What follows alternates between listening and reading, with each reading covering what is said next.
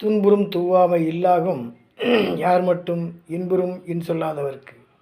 இது இன்றைய நாளுக்கான குறள். இதனுடைய விளக்கம் என்னவென்றால், நம்மை துன்பப்படுத்தும் துன்பம் என்பது இல்லாமல் போகும். எப்படி என்றால், நம்முடைய விருந்தினரை வரவேற்று உபசரித்து அன்பாக பேசி அவர்களை வழிநடத்தி செல்வோமானால், விருந்தோம்பல் என்ற பண்பில் மிகுந்த அன்போடு உபசரிப்போமானால், நம்மை சேர்கின்ற துன்பம் யாவும் நம்மை விட்டு சென்றுவிடும், நம்மை நெருங்காது. இதுதான் இதன் பொருள். வணக்கம். தற்போது தமிழக அரசினுடைய நிலை பற்றி ஒரு சிறிது விளக்கி கூற ஆசைப்படுகிறேன். இன்றைய நிலையில் நமது மத்திய அரசு நம்மை பாடாய்படுத்துகிறது.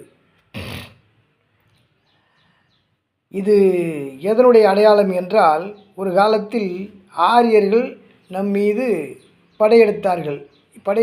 என்றால் படையெடுக்கவில்லை, ஆரியர்கள் அனைவரும் நம் திராவிடத்துக்கு குடிபெயர்ந்தார்கள். ஆடு மாடு மேய்ப்பதற்கு அப்படி இப்படி என்று சொல்லிக்கொண்டு குடிபெயர்ந்தார்கள். ஆனால் குடிபெயர்ந்த அவர்களுக்கான ஒரு சில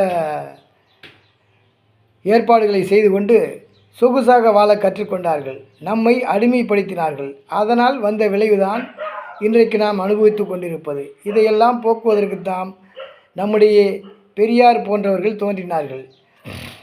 இவர்கள் தோன்றியும் இத்தனை காலமாகிவிட்டது. ஆனால் அந்த வடக்கர்களினுடைய அட்டகாசம் குறைந்தபாடில்லை.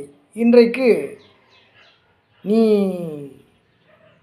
வரி வேண்டுமென்றால் என்னுடைய இந்தியை ஏற்றுக்கொண்டாக வேண்டும் என்று கலாச்சாரம் மூலமாக நம்மை தாக்க பார்க்கிறார்கள். இது விரும்பத்தகாத ஒன்று.